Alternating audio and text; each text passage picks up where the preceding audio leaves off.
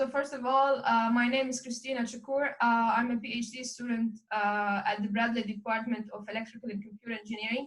And today I want to be talking to you about the Internet of Things.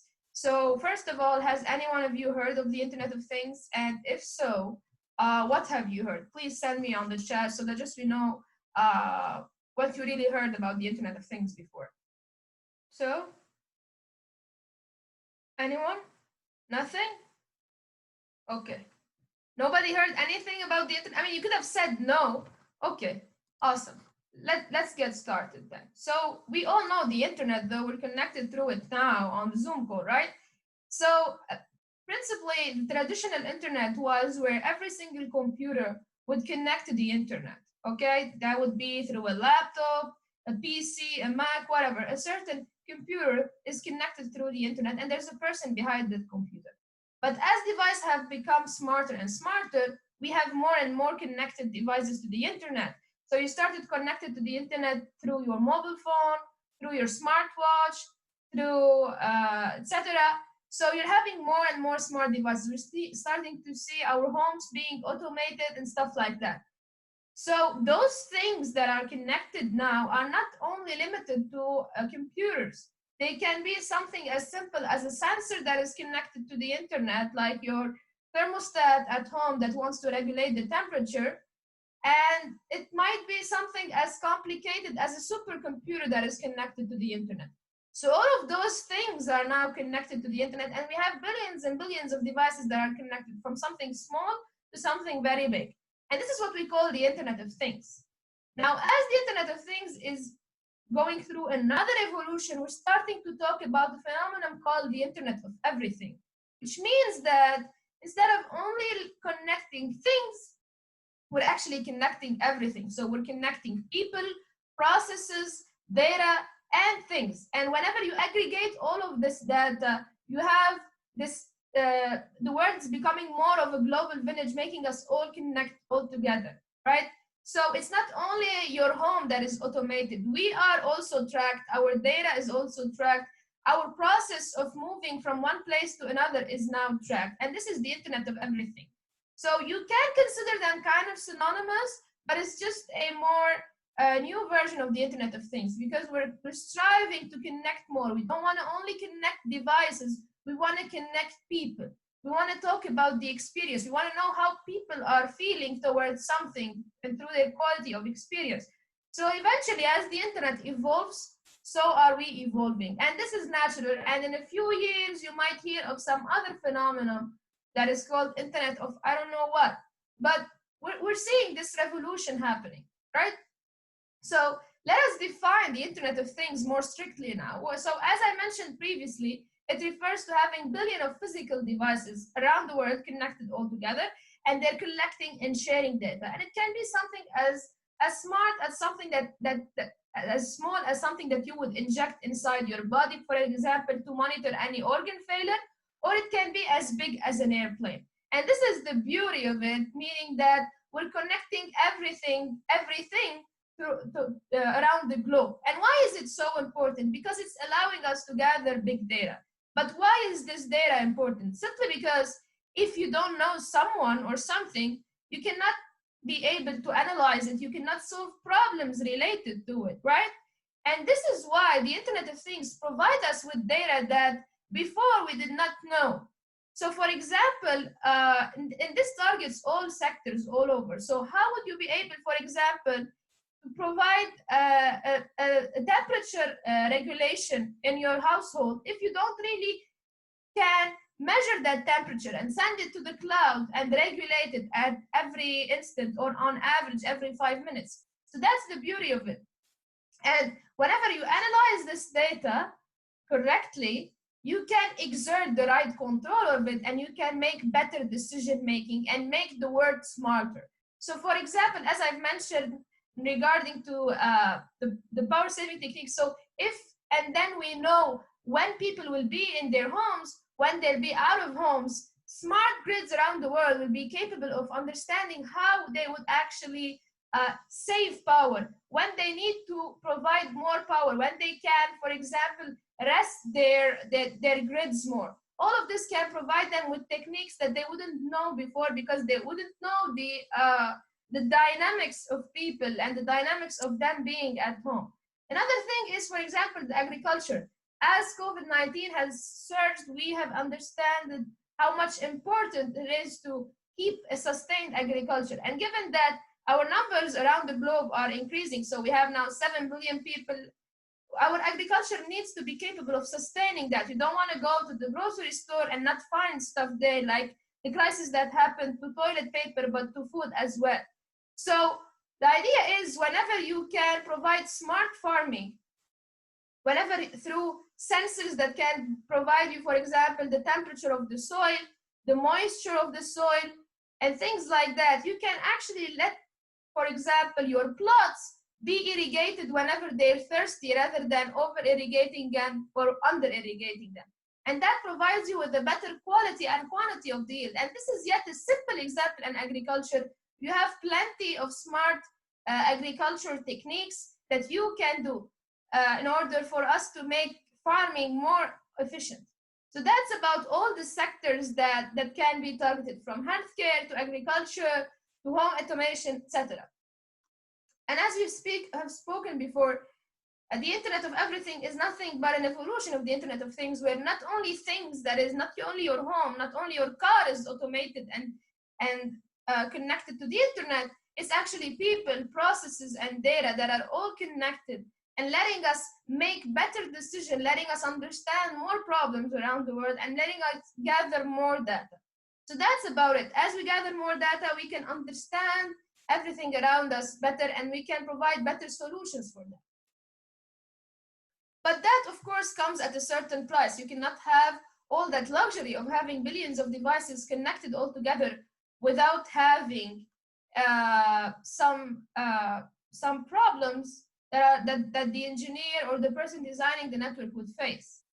So whenever we change from the traditional internet to the Internet of Things, several things are changing. So for example, instead of just having your computer connected, just count how many more devices now you have connected. So if every one of you just compares to, so if you count today how many devices in your homes are connected to the Internet, and you go back 5 or 7 years back and also count them, you would understand that maybe you didn't have a smartwatch, maybe you didn't have like a home automated system, maybe you didn't have Alexa, etc., etc. So all of those devices being connected are leading to more massive connectivity to be as a requirement, and we don't want the network to fail us.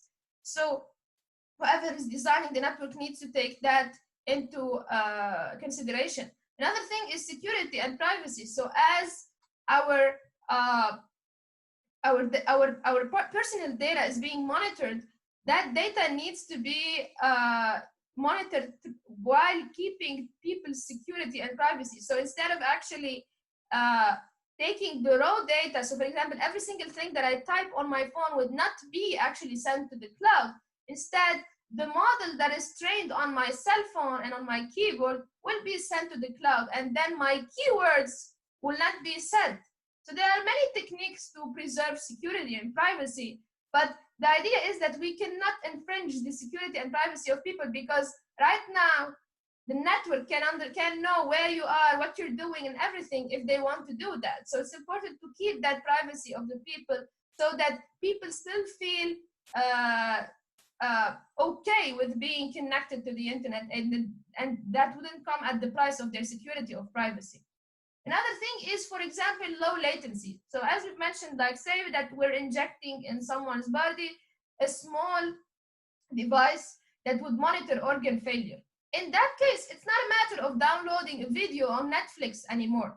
So if and then anything happened, that notification needs to be sent to your medical doctor instantaneously. Otherwise, that person might have complications. They need to call 911, etc. So in here, we need to keep ultra low latency. And in other applications, it might be a high throughput that is needed, like having VR, for example, where your helmet is connected to the internet wirelessly. You also need a very high throughput so that you feel immersed in the experience and so that you don't feel sick from the VR experience. So I know I talked about a lot of examples altogether and maybe gave you a headache, but what I'm just trying to explain is that all of them might share massive connectivity and coverage needs, but eventually every Internet of Thing or Internet of Everything application has its own needs based on which sector it's serving or which application it's serving. And this is why you hear Verizon, AT&T, T-Mobile, and all of the mobile operators say that get ready to 5G, simply because our internet is evolving and those requirements that were existent in 4G, they're different in 5G. So 5G will be more careful on giving Internet of Things requirement. The network would be more adequate to give IoT devices with their needs. And later on, we'll also have 6G. So you'll also have these generations come one after the other, so that the requirements are tailored better for all of those applications that are changing. That's the idea. So 5G is actually kind of by definition the emergence of IoT devices. Now, in a nutshell, how would it work? IoT. So first of all, you need to collect data from the sensors that are equipped with those things. Say your home automated system where you want to monitor the temperature, you need to take that temperature from your thermostat at home. The second thing is that you need to transmit wirelessly. Like now, maybe in case of a thermostat, it's very simple. So you might have local processing in your home without actually sending it to the cloud. But in other examples where you actually need very difficult processing or very complicated processing, you might need to send that message to the cloud, where you actually have a server that is thinking about stuff and analyzing the data. And here then we have AI tools that are serving us and making the best of IoT. Does any one of you know what is AI? Okay, what have you heard about AI? What is AI? You can send me a message on the chat.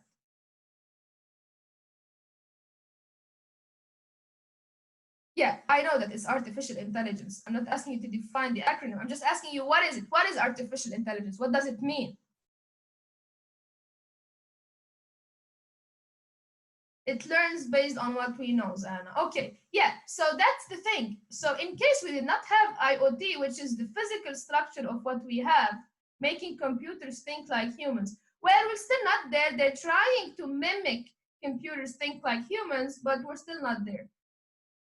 Anything else?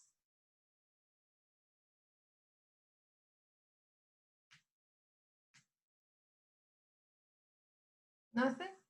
That's it?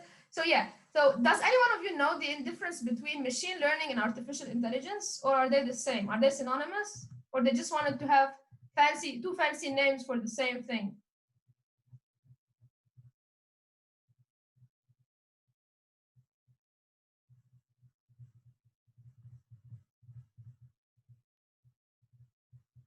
Okay, so the idea is that artificial intelligence is actually taking any data and analyzing it. So it can be just as simple as optimizing something in a way to make it smart. It doesn't need to actually have, no. So Caitlin, so artificial intelligence is this big set and machine learning is part of it, okay? So artificial intelligence is the big concept of being capable of analyzing stuff and providing smart decisions on it, optimizing something using maybe mathematical tools, any tool, optimizing any problem. Machine learning is a special case of artificial intelligence where you would use neural networks. Neural networks are just something that they've tried to mimic how your brain, you know that in your brain you have neurons. And how those neurons operate are that they are one layer after the other, but you have billions and billions of layers. They still did not get there, of course. So they're trying to mimic how our brain thinks in order to give a black box, for example, which is your neural network, an input, and produce an output which actually can classify a certain image, classify numbers, or can count from 1 to 10. I don't know. So it depends what we're trying to make that black box learn. But the idea is that we're using this concept of neural networks. So machine learning is actually using those neural networks or using these concepts in order to do artificial intelligence. But artificial intelligence is a more general term. So in here, given that we have these tools now, and given that we have those processors that can actually do deep learning and machine learning, we are capable of taking that data that is provided from IoT devices, doing the smart analysis on them, and then providing the right decision, or the smart control decision. So for example, in your home, you would actually, that's a simple example where you don't need any AI for it, is to actually regulate the temperature threshold to a certain level.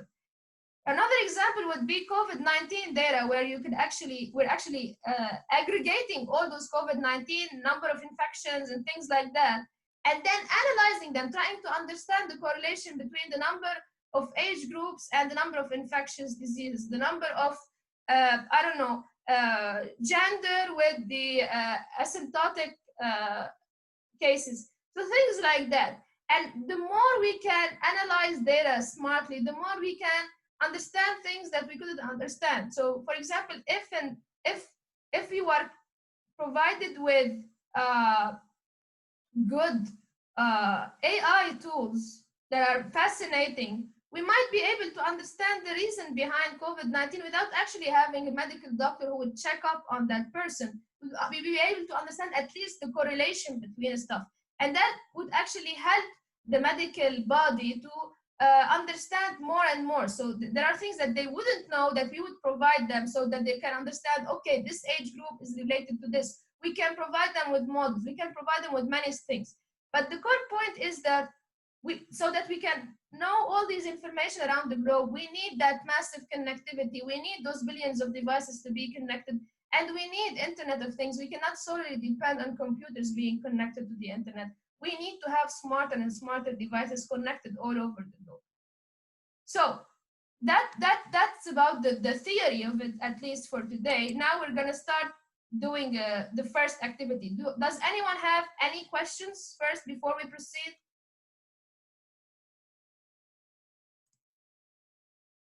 Should I count? Anyone? Are we all good? We have people joining us just now. I'm recording the session, and I already have a pre-recorded session that I've done on my own. I don't know if they've provided you with anything, but in case you have any questions, I'll send you my email address I'll send you my email address now. If any one of you has any question, you can send me an email. We can even meet on a Zoom call. I'd be glad to explain anything that remains unclear to you. So in regard to Jupyter Notebook, you don't really need to install it. I don't know if that was clear to you. You just need to, we need just to try it in the browser so that we don't have any problems. All you need to do is go to jupyter.org and click on try it in your browser. One other note, I've had a link on the drive for activity number 2. Did you all download it on your computers? It wasn't letting me download the activity 2. It was not letting you. You just need to download it. You don't need to open it. No, like I downloaded it, but then it said I'm unable to open it because I didn't have the right system for it. Let's see. Is it installed on your desktop, or is it downloaded on your desktop or anything?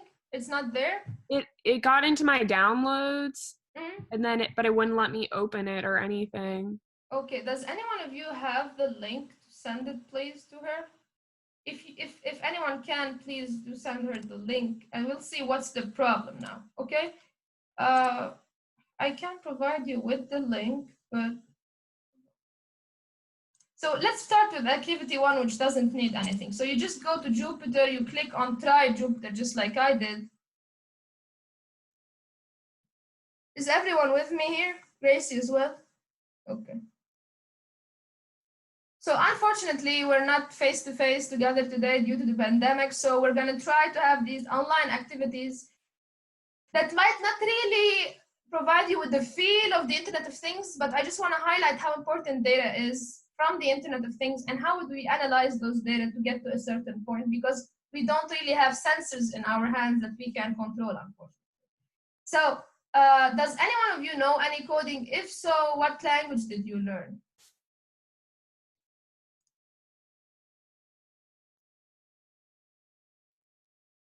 I know some of Java because I took computer science last year. I see.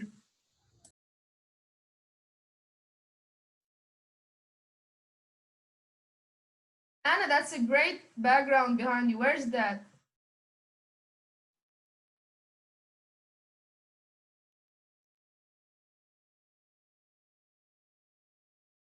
What city is this? I'm from Northern Virginia. Sorry, I couldn't really hear you. Yeah, where's this? Sorry? I'm talking about the background of you. My background is from Taiwan because Is it Taiwan? my parents are from Taiwan. Oh, awesome. I actually have a conference in Taiwan in December. I hope that this pandemic is over and I can go there. I'll take a selfie and send it to you there. Just kidding. Yeah. So beside Anna, Java, what else? Does anyone know any programming language? I'm not gonna do anything if you don't or know. I'm curious to know whether you know any programming language. Caitlin, Elizabeth, Courtney, anyone? Wow. Java, Python, web development, Eileen. Wow. Anyone? I don't. It's fine. It's not sad. You're still very young. You still have Java. Okay. So mostly Java. Do they teach you that in your schools?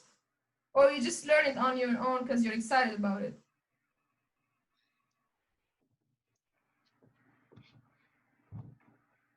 Okay, awesome. So let's get started, given that we have shy audiences today who are not willing to tell me what programming languages they know. Okay, so first of all, what I want you to do is File, New, and open a terminal. Okay, are we all there? Thumbs up, please, so that I know that you're all there. Okay, awesome. So first of all, you know that in every language, especially things that are like not like MATLAB, things that are like Python and Java, you first need to install and then import everything that you need from some certain package or thing that you actually don't know. So in here, all we need to do is just to install this framework that we need, which is S-TUI, which will allow us to access the activity on your processors and understand how your cores are acting and how their dynamicity is acting throughout a certain period of time. So just copy and paste this command. I'll send it to you via chat.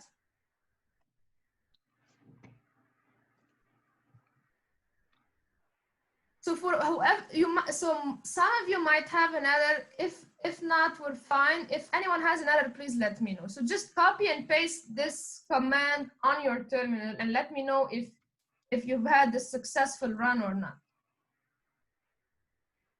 Okay. I got a warning off of it. What does what does it say? It says pip is being invoked by an old script wrapper. Yeah, it's fine. Now the second command will work though. We had this error with a few people last time as well, but the next command will work. Don't worry. Okay. Anyone else?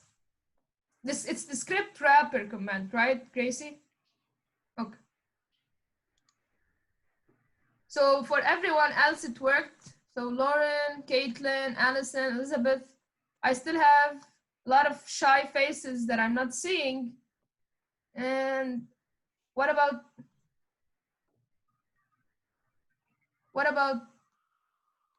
Kelly and Anna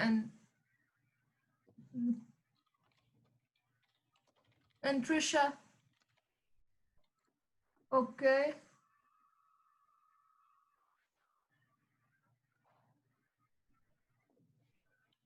Okay, so it works for most of you, I guess. Does my web page keeps reloading automatically? Okay, is that a problem from your web browser or is it the I'm not getting how to, you're not getting how to, so where are you, Eileen? I'm just at like the first page that loads in. That's the lawrence.ip and IPY and B. Excuse me? Can you repeat that? I couldn't hear you well. I'm just at the first page that loaded in the Lorenz.ipynt. Yeah, okay, so click on file and then new. So here, file, new, terminal. I'm how to do it on my screen sharing. Thank you. And then you copy and paste the command that I've just sent you. Okay. It worked. Thank you. Okay, it worked? Yeah. Okay, awesome. So let's proceed to the next stage. So now we're just gonna copy this command, which will actually activate this framework, which will allow you to visualize how your cores and processors are working. I've sent you the command. It's -TUI.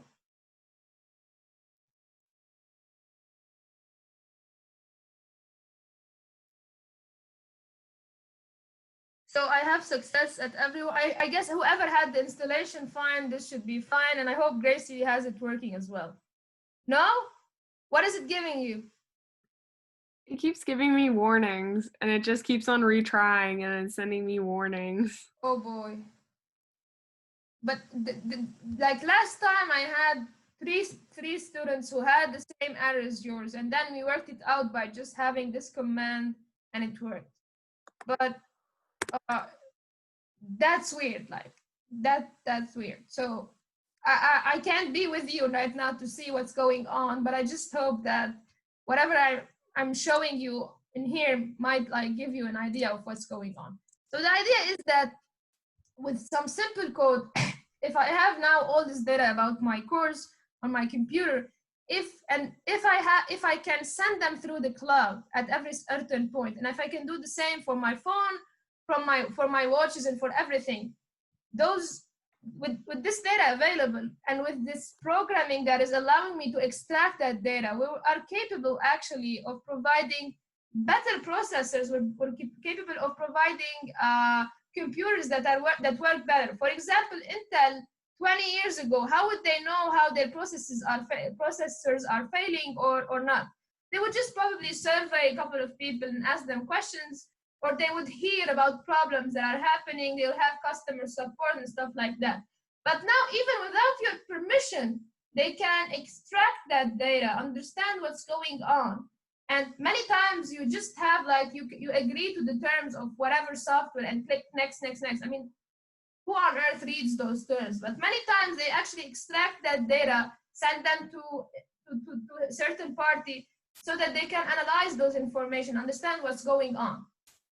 This is very powerful because with those two simple codes that I just showed you, we are capable of accessing data that we wouldn't be able to access before. With this access of data and the Internet of Things combined together, we can send those data to the interested party and have an analysis done on this and be able to understand, okay, we have failure in those particular cores, we have success in here, we have a high speed thing happening, etc., etc. Yes, Gracie. Anything? Any light at the end of the tunnel, or still nothing? Still nothing. I'm watching it. It's saying warning. I'm sorry to hear that. I don't know why it's going on. Like, can you try to write the first command, but instead of pip install blah blah, just replace pip by conda, CONDA? I'm sorry? So I just want you to do this. Hold on. Okay. Try to do this command in your terminal, and then try to see what goes on. Conda install? Yeah, the same command that I've just sent you on the group chat, and let's see if any error for the wrapper goes on. I just got an error. Okay, now just try to write s-tui. Let's see if it works or not. Okay.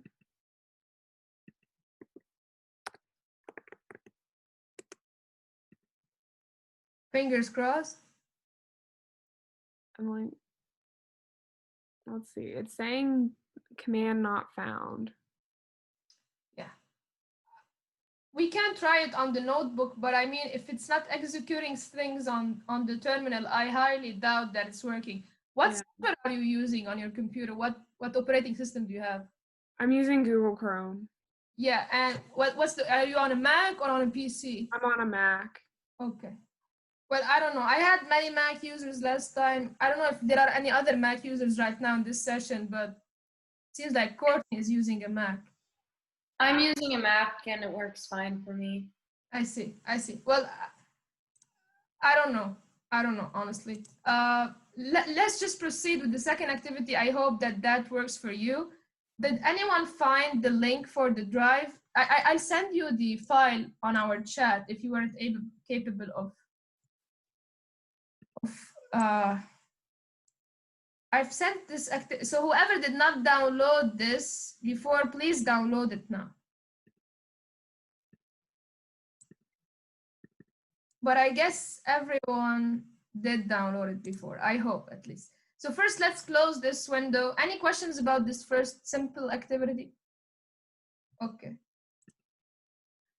So the second activity is about something that we're all living through, which is COVID-19.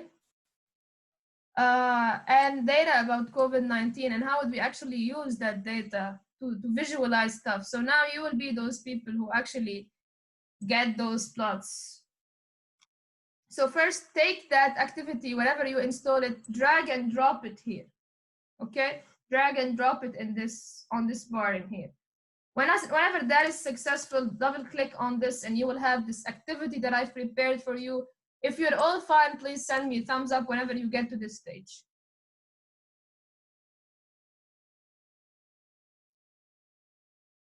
Okay.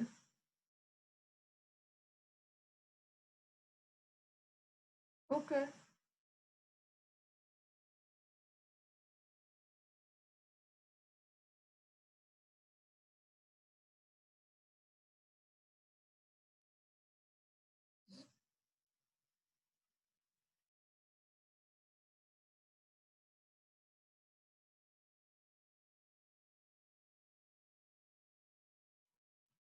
So anyone having problems?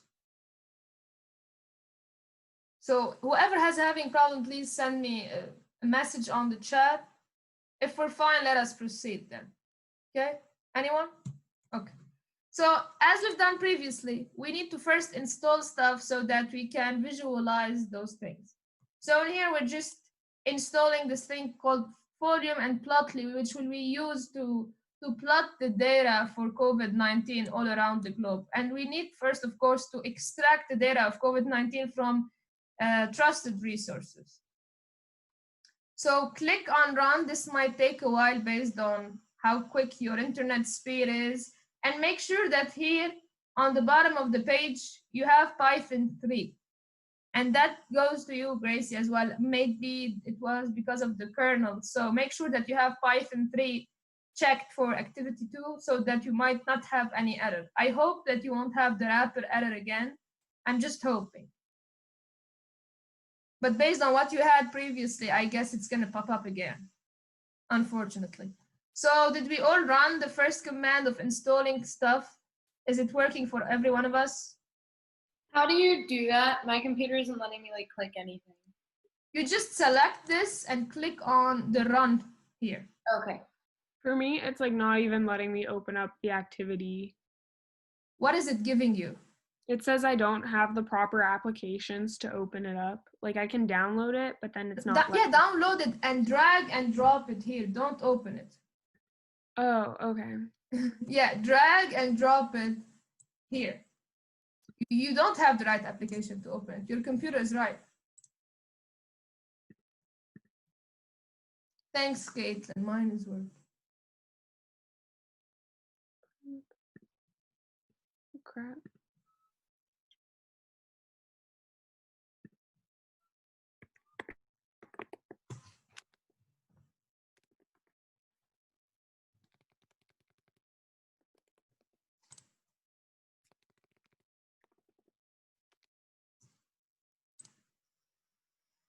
Elizabeth has it also working. So anyone having problems?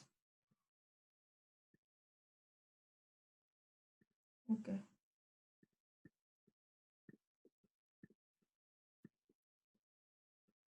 Okay, so we're all good. Gracie, did you get there?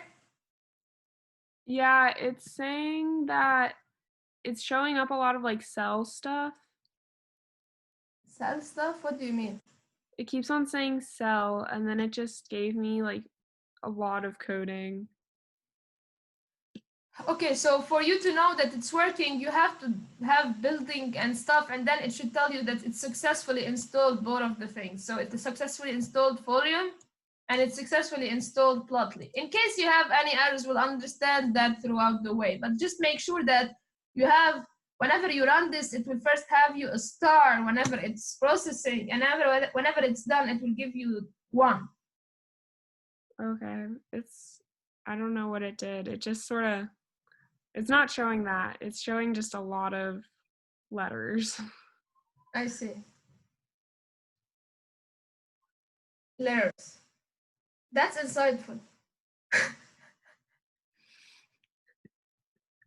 Mine doesn't show it either. It just shows like a really long list of warnings. Okay. Did it at least, is it 1 now, or is it still running? I think it ran already. Okay. So let's get to the next stage, and then we can understand how severe your errors are.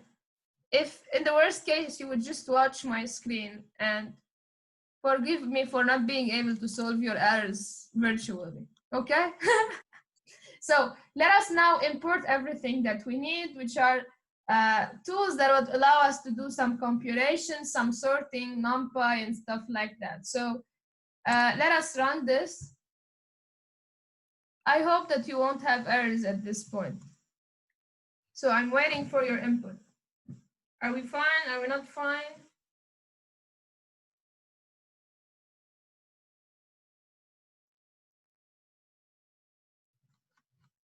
Yeah.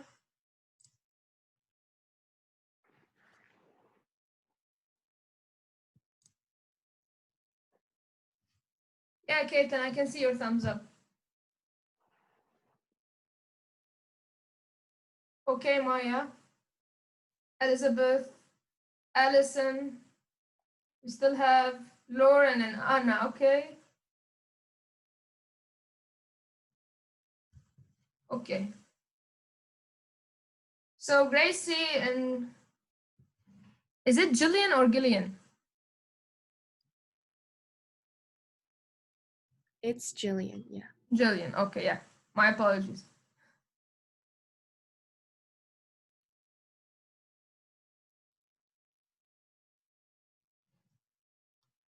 So Gracie, any good news?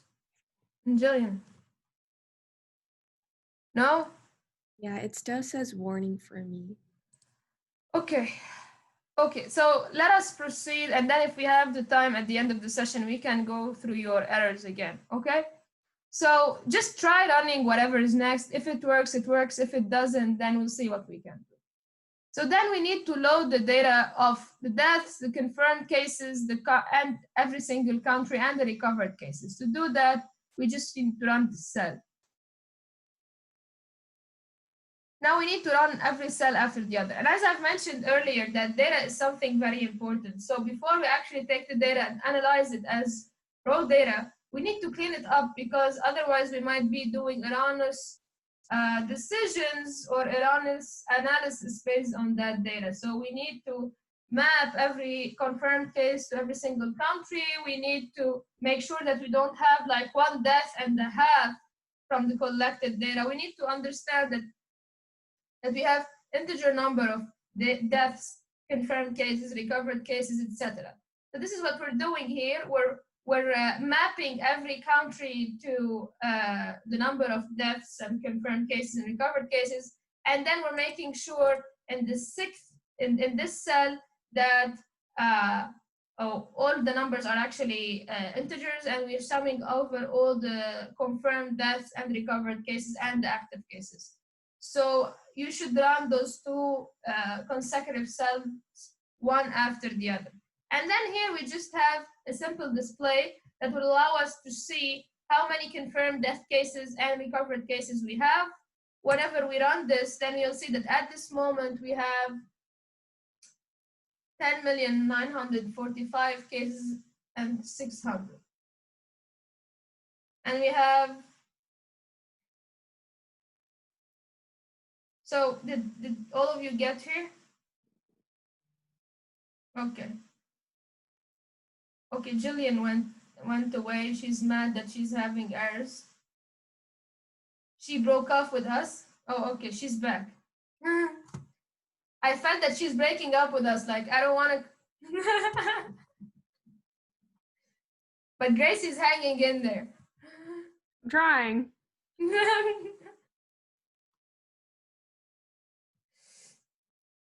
Anyway, so now we're gonna just do like those websites where you have those columns that are sorted out so that you can actually have confirmed cases sorted from the worst case country to the best case country. Unfortunately, we have the most number of cases in the US. So let's run this.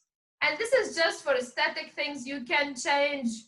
You can change it, the red to something else, but I just chose those colors for whatever reason that is. So in here we have things in a tabulated way. Lat and long just show you where the US occurs on the world map. And you have the active, the incident cases and things like that. We did not extract previously the people tested and the people hospitalized. This is why we have a NaN here. But other than that, we have all the information. So these are the information that we extracted, the confirmed, the deaths, and the recovered cases. You can make this table more aesthetically looking better, okay? So that's the idea. But in here, it's just a table. It might not show you a great visualization. And here you can change n to some other number. You can change it from the code, or you can change it from here. So we can make that n be 15 and rerun this box. Then you'll have the 15 top 15 worst countries, okay? Now, as I've mentioned previously, that the way that you analyze the data is very important. And sometimes our mind tricks us to see things differently, especially in a visual way. I don't know, but maybe many of you learn stuff by writing them up. Many of you learn stuff by just listening to them. Every single one of us has some technique in learning, okay? So whenever we visualize these things in a way that makes our brain see stuff more intuitively, we can actually analyze them better. So instead of actually having them just in a plot that is like this, let us actually show them in a better graph rather than a table. So you have to first run this. We need to sort them according to an ascending view of from worst case to best case. And then we can see here how big, for example, the US is hit compared to Mexico or Italy or Spain or United Kingdom. So maybe with the numbers in here, you might not understand the impact of the number that is here. But whenever you see that big blue dot there, you might feel stuff better. I mean, this is just for, I'm just explaining this in a silly way, but trust me, whenever you actually see that correlation in a better way, when you can isolate data points, whenever you can correlate age groups with infections in a visual way, instead of just having a table or just numbers, you can understand, oh, there's a correlation between this and that. Okay, that peaks here, that peaks there. So all of those tools are necessary, and this would not be possible if we weren't capable of collecting the data from those smart devices. So that goes back, we go back to square one if that data was not collected successfully. Like, imagine being hit by COVID-19 in the 70s. How would the world react to that? How would they analyze the data? How would news operate without the internet, how would classes operate without Zoom? I don't know, like it would have been a disaster. So yeah. So Plotly, I guess, can allow you to, this is the thing that we imported at the beginning. I just wanted to see if we can do something else with it, just so that we can make it more interactive. So here you have a bar that is provided with Plotly since we used, and you can increase it or decrease it, and you can change that as well here, the bubble chart, okay? Now, let us look, let us zoom in at just one single country among the countries that are here, okay? Let us see how hit one country is. And you can choose your country of preference depending on where you're from or what country you'd like to travel next. So first you need to run this, which actually maps now the world to one country. If you write world, it's showing you the world. And then you run this list of commands. Whenever you do this, if we just change world in here to any specific country, let's say, let us choose, I don't know, Brazil. If we choose Brazil, or you can change it here as well, but I'm just changing it here. Then I see just the confirmed and death cases in Brazil, okay? You can choose Italy. If you want to choose the US, just write US without the United States of America, just US, because this is how we've inputted it here. So here you see, the guys here are actually flattening the curve, whereas, hold on. See where we are? We're still soaring. We can choose some other country, Russia. So they're still soaring as well. So choose one country and let me know what do you get. Jillian and Gracie, have you given up on the activity? Any good news there? I've given up on it, but I am having fun watching everyone else do it. Okay, awesome. That's the spirit. Jillian as well? Yeah, I can just watch your screen. Yeah, I'm sorry about that. There's an iPad that is connected. It's Jillian's iPad. There's an iPad connecting with us, but I don't know who the iPad is. Oh, I don't have an iPad. No, that's me. Oh, okay. By me, you mean Gracie? No, Trisha. Oh, okay. How would I else know? Okay. Because your name is not written. How would I know? I'm just trying to see whose mouth was moving, but then I didn't say anything. So tell me, which country did you choose and what did they flatten the curve or not? Anna, did you choose Taiwan? They were doing a great job. They didn't even have to do a lockdown. They were just socially distancing, right? I hope we can be there one day.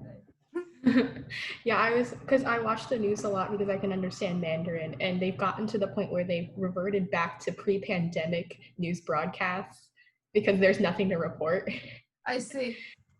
That's good news. Spain is starting to flatten the curve. Australia started to flatline but began to increase again. See, now you're data scientists. You can tell your mother that you can just run this and check stuff without actually having to go on a certain website. So you have your own data, you can analyze it yourself. Anyone else? Why did you choose Spain? Are you from Spain? No, I just decided to choose Spain because it's one place I want to visit. Yeah. I see. What about Australia? Why did you choose Australia, Caitlin? Are you from there?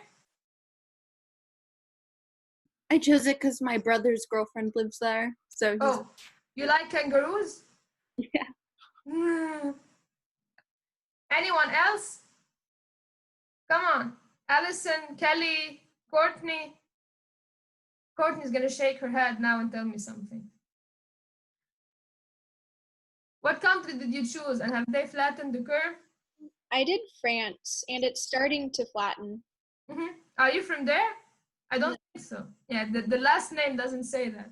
Does any one of you like going to France? Are you like, some people have it there, like they're to-go destination for some reason. Maya. I chose Spain as well. Well, they have popularity, I guess. Everyone's choosing Spain. I guess they were one of the first hit countries at the beginning, along with Italy. Okay, so now we're almost done.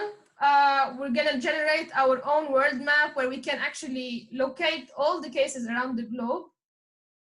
We just need to do that by running this code. This is why we actually installed Folium at the beginning, so that we can have the map and zoom on it and then locate all the cases all together. I will not give you a headache by explaining the code. Just run this box, and now you have your own map where you can actually see the cases in every single place, whether it's Canada, Europe, etc. You can understand, like, let's go to Australia and see what's going on with the kangaroos. So they have 611 cases, 9 deaths. Oh, so why is, so it's not only showing us for Australia, it's showing us for areas in Australia, and the same for the US, I guess. So we have points in here, points in here, points in here. I think that was the ship that stopped in the US one. So yeah, it's not the best, but it's something for us to like make decisions. And it's just for you to understand how a connected world can actually let us gather all this big data and let us solve problems that are as big as a pandemic that we wouldn't be able to solve if we did not have this communication all over, right? So I just wanted you to understand the importance of the Internet of Things, the importance of data, the importance of analyzing data well, the importance of manipulating numbers in a way that can provide you with the right decision making. Yeah, I have a chat. Mine shows a bubble titled United Kingdom in the middle of the Atlantic Ocean. Hold on, let's see. No, I have Cabo Verde. Oh yeah, you're right. Mine as well. Yeah, because like the way we've segmented the map is not like the best way given the tools that we have. But I mean, with better processing, longer code and stuff like that, I'm not sure, honestly. We can Google that. Where's Bermuda, actually? I don't know, honestly. We can Google and see where Bermuda is. It might be the case.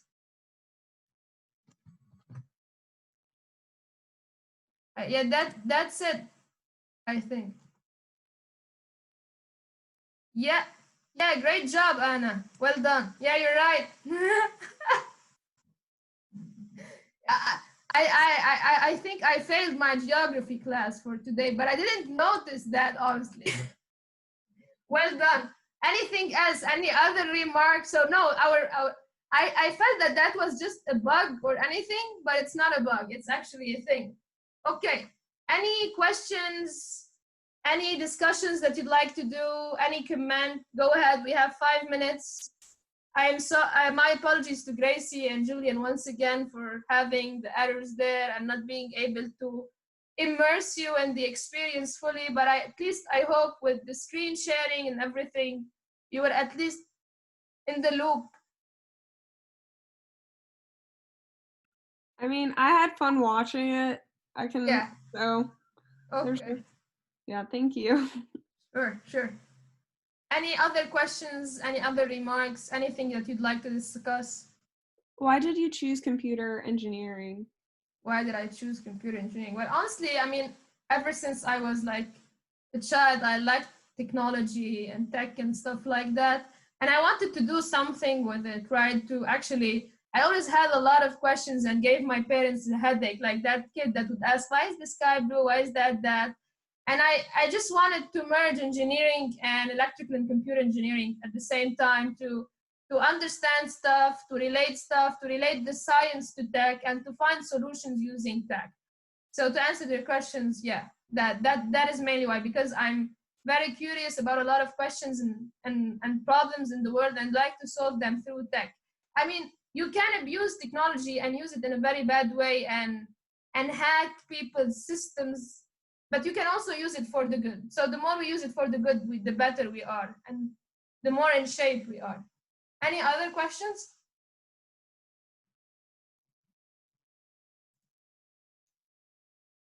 Thank you, Caitlin. Say hello for your Australian friend. And tell her that you've seen the cases, you lived the cases in Australia today. Any other questions?